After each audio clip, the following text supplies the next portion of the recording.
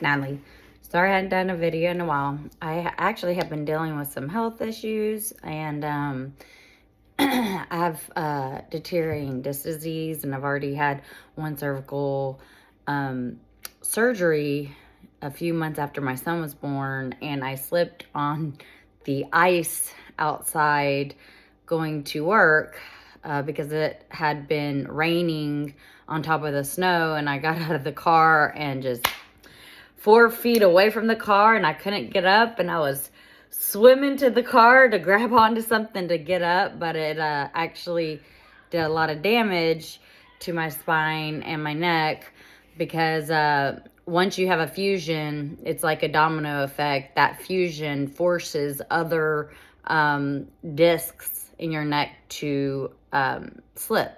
So I already had 2 slip discs to begin with. And so now I'm having to get a new MRI, get an injection, pain management, hopefully not, but hopefully the injection works. But that's why I hadn't been on here. And then a lot of you guys don't know is that I have an autoimmune disease. And so I get sick very easily. So somebody who might get a cold that lasts 2 or 3 days lasts me a week and a half. Or if I got the flu, it lasts me for 2 weeks. So I've been constantly sick. And then that happened. So yeah, that's where I've been, but I'm better. I'm dealing with it. Everything's good. Everything's great. So today I wanted to come on and answer one of my biggest supporters. I'm pretty sure you say her screen name, NarcissisticGamma556. Okay. And I have done videos on this before, but she wanted me to do another video on it, and it says, "Hi Natalie, can you make another video addressing the lies these people spread and giving advice on how to not let it bother you? It's so tough. My Mill describes herself in detail and blames me and others for it. She never achieves anything and held her kids back as her servants. Yet she tries to act like that's everyone else, including me. My job came up again, and she insinuates that I don't work just because I work remotely. My husband's life has only improved since being with me, despite his mother's attempt to twist it around. As more time goes on, I see how she tries to skew how people see me, and even my husband and our life together. I just feel hurt. I don't care what my mother-in-law thinks, but it also knowing that others may believe her. It also goes over my husband's head in ways she insinuates things about me. The other painful things are the insinuations about my family who she doesn't know. Also, I don't try to prove myself at all. I just sit there and ignore it, but it hurts me so much inside. My Mill 100% every time we see her talks about what a good person she is. Well, I'm glad to know I bother her because I never talk about being good. I just be myself. And that's what I always teach you guys, is that you don't have to, what is on my shirt? You don't have to prove or pretend to be someone that you're not to please somebody else, right?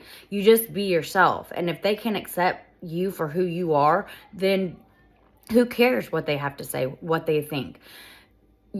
You know, for so many years, I pretended to be somebody I wasn't to please somebody else that I didn't care for, that I didn't love or like or even want to be around.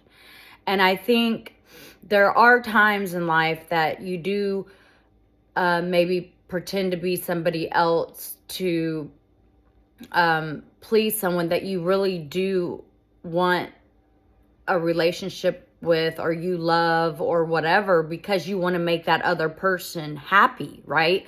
So you might not be fully who you are in character. You might step out of character a little bit to show gratitude, to help someone, to show this person you love them, that you're willing to be someone that you're truly not, to show that person how much you really care and love.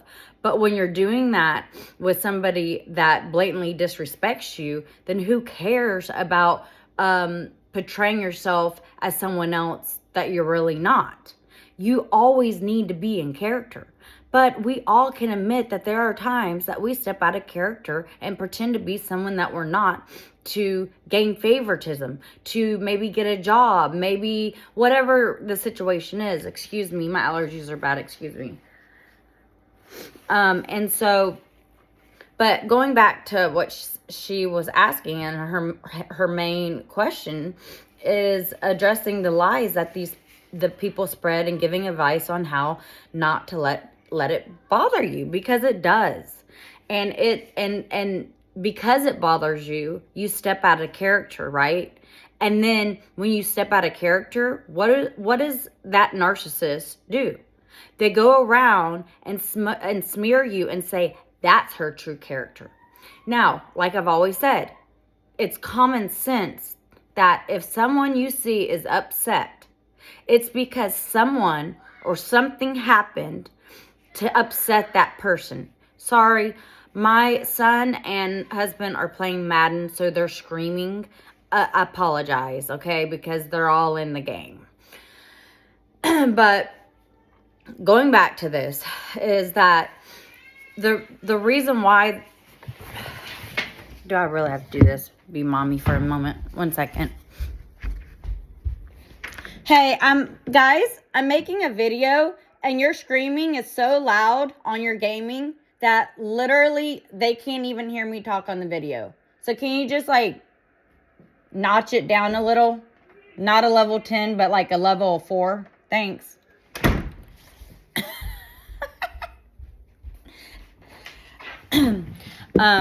And so we know that even though we're hurting and it's hard, man, it's hard because we're human beings.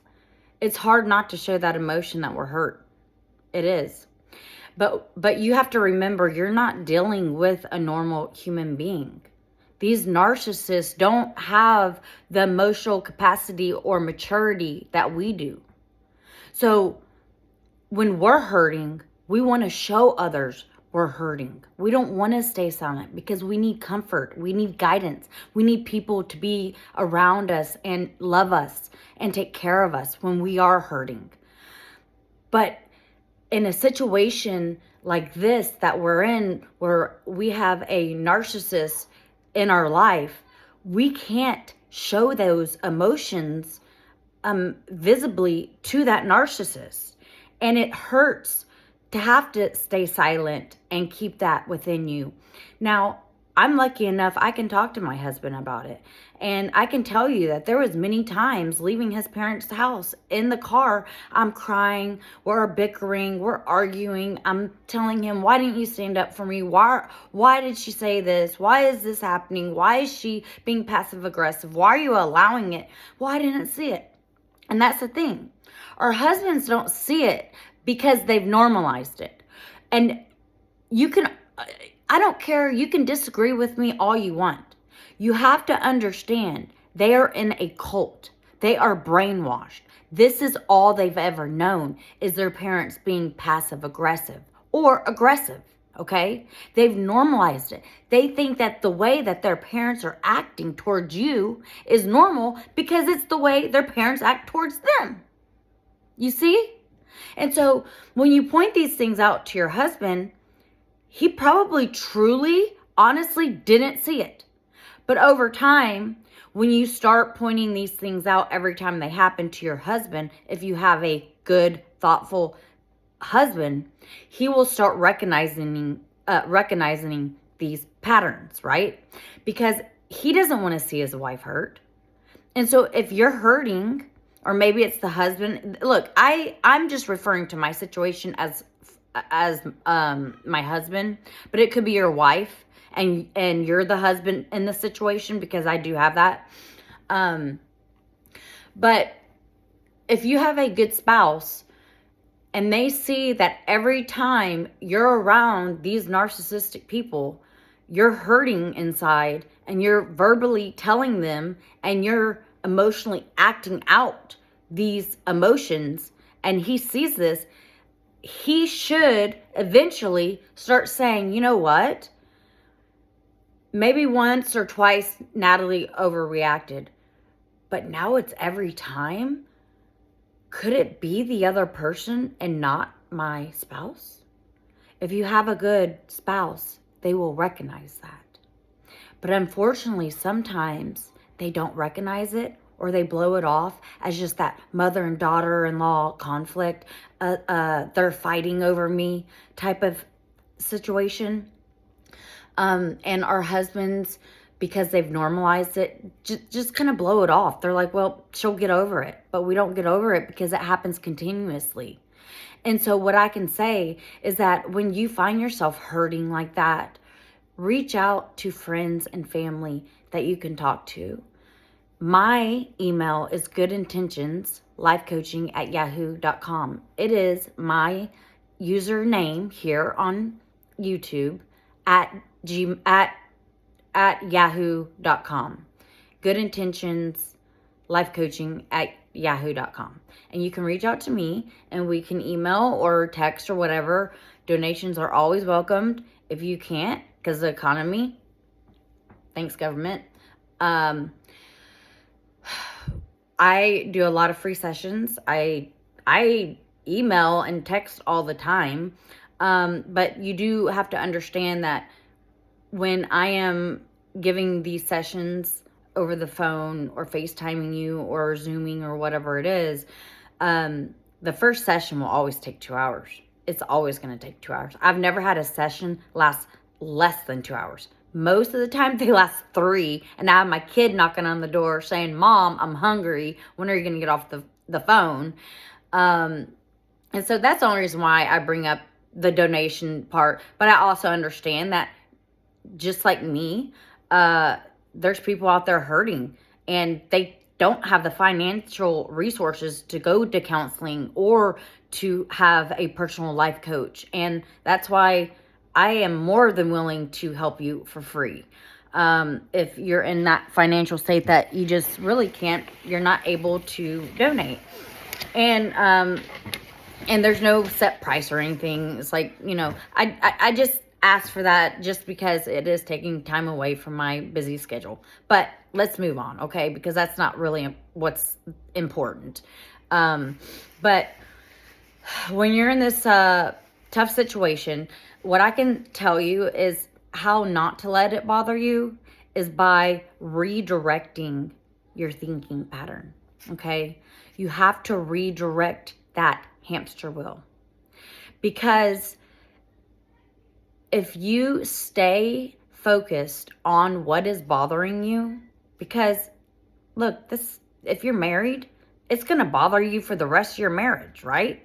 So are you just going to stay bothered all the time, pissed off all the time, and treat people differently because you're out of character?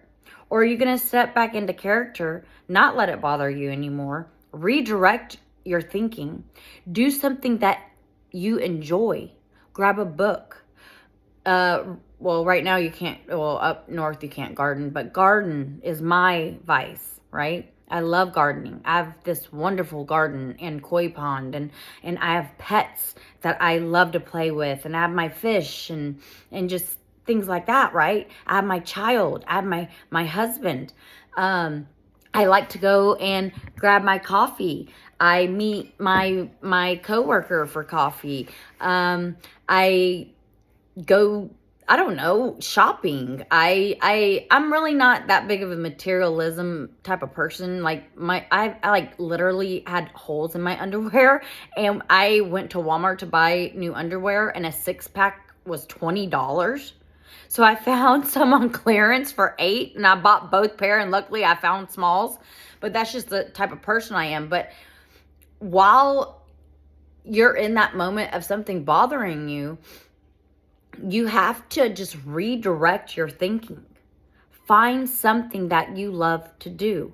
Because what's going to happen over time if you continuously let something like this bother you is you lose enjoyment in the things you love to do, that you enjoy to do. You no longer want to do those things because you're so consumed with what's bothering you. And it is so important to take care of your mental health. Now, I haven't exercised in a while because of my spine, but I used to exercise when I was finding myself in those moments. I would force myself to get up and go to the gym, and force myself to get on that bike or treadmill or exercise machine. And I found over about 15 minutes of doing this, my energy and everything, and then I was pumped. I was like, yeah. And so it's kind of like that.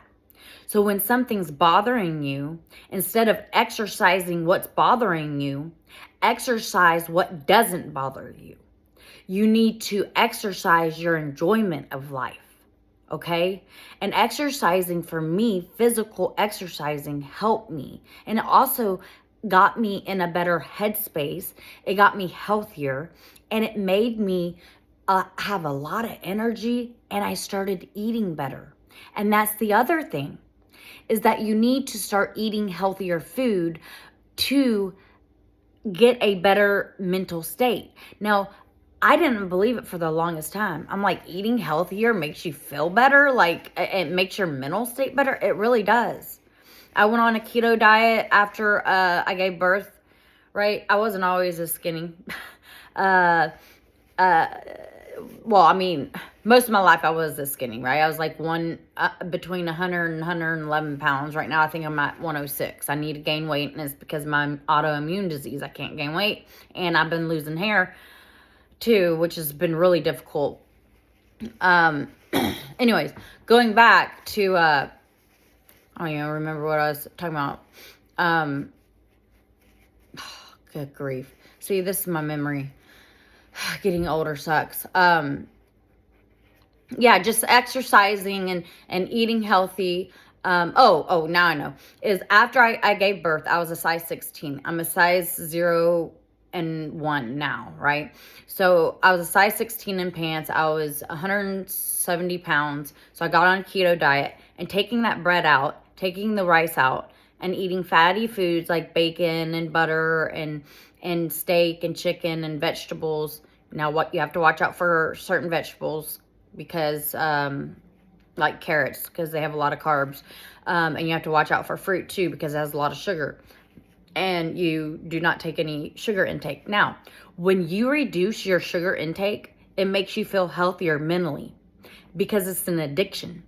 You know, when you have that rumble in your stomach telling you that you're hungry, it's actually an addiction to food.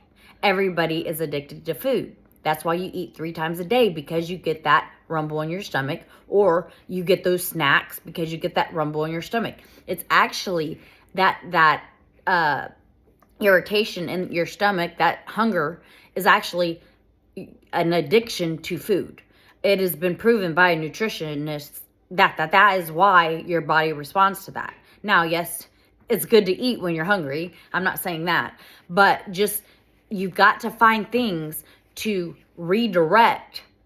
So focusing on your health, focusing on enjoyment, focusing on your child or children, focusing on your husband, focusing on fixing your marriage, going to counseling, going and getting a coffee, going shopping for yourself, maybe getting your hair done, getting your nails done, getting, for men, getting a shave, getting a facial, getting your hair cut, things like that. Things that bring enjoyment to you. Yes, it might seem like a chore, but after that haircut, after that facial, you feel like $1,000,000, right? So these are things that you can do to help get what's been bothering you out of your system, is by doing things for yourself. Because it's hard not to think about it. And it's hard not to let it bother you. But if you let it bother you, it's going to change who you are as a person. And you are a beautiful, wonderful human being. And don't let this person change you into them, because that's what they want. And have you ever noticed how a narcissist, you know what they do? They try to act like they are you and you are them. That's what they do. When they figure out that you're this good, caring, kind person, they try to start acting like you, and then they tell everyone that you are them and they are you. That they're the good person and you're the narc. That's what they do. And so whenever they go around spreading rumors and lies about you, you remember who you are. You stay in character. And you don't tell anybody who comes to you and asks you what the conflict is and why the conflict is any of the business. It's none of their business. That's a boundary. No matter who you think you can trust in that family, you can't trust me when I tell you this. Because I thought that. And I shared information with people that I thought I was so close to. People I told I loved. And they went back and told the narcissist everything. Because those people that come to you trying to be relationship solvers or fixers are also looking for the same validation that you're looking for in that narc. So let me make sure I'm going through everything. And so when the narc is going around spreading rumors and lies about you to other people, ignore it, because you know the truth, right? You don't need to prove yourself to those people. You have it's nobody's business what you're thinking about that narc or anything.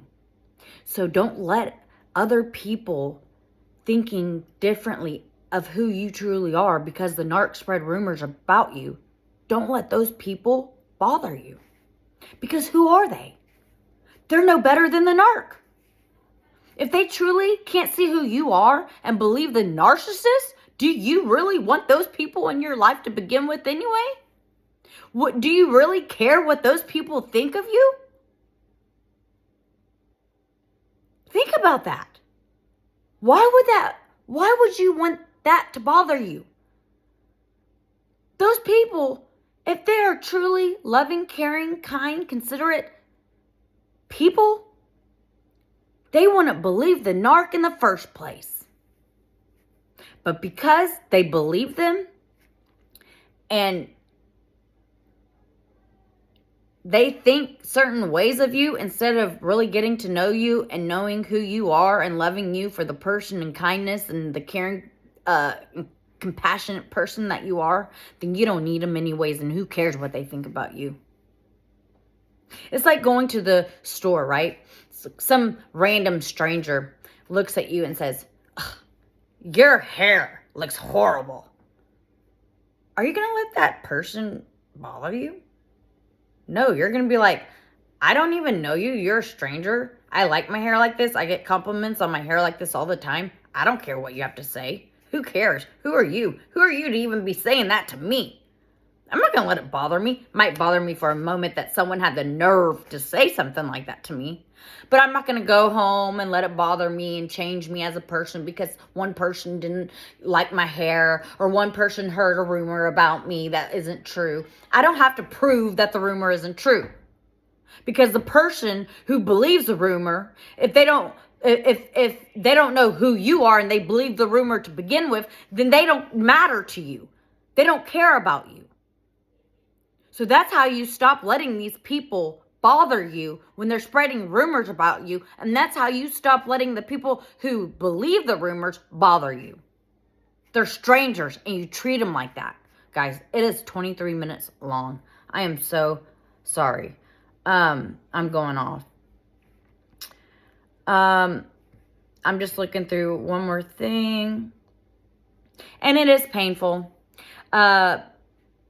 Knowing that the narcissist perceives your family, you, and spreads rumors about that perception of your family and you to others. It's hurtful. But you know what?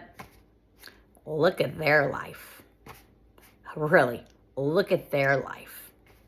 And then look at yours. Peace, love, harmony.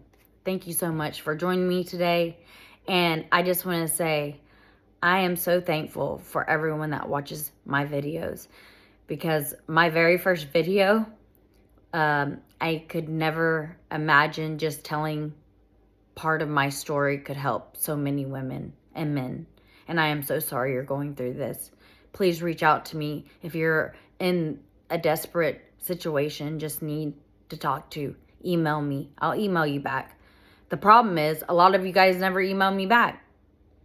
Most do, but a lot don't. I give my number out. I don't get text. Most times I do, but not all the time. So if you email me, remember this. I put my heart and soul into the email that I send back to you. So don't waste my time if you don't plan on emailing me back. And I don't mean to sound rude, but it takes a lot of energy out of me to write you because I'm putting a lot of effort in it. So if I'm putting effort into emailing you back or texting you back, please respond back to me. I'd appreciate it. All right, guys. Love y'all. Bye. Peace, love, harmony.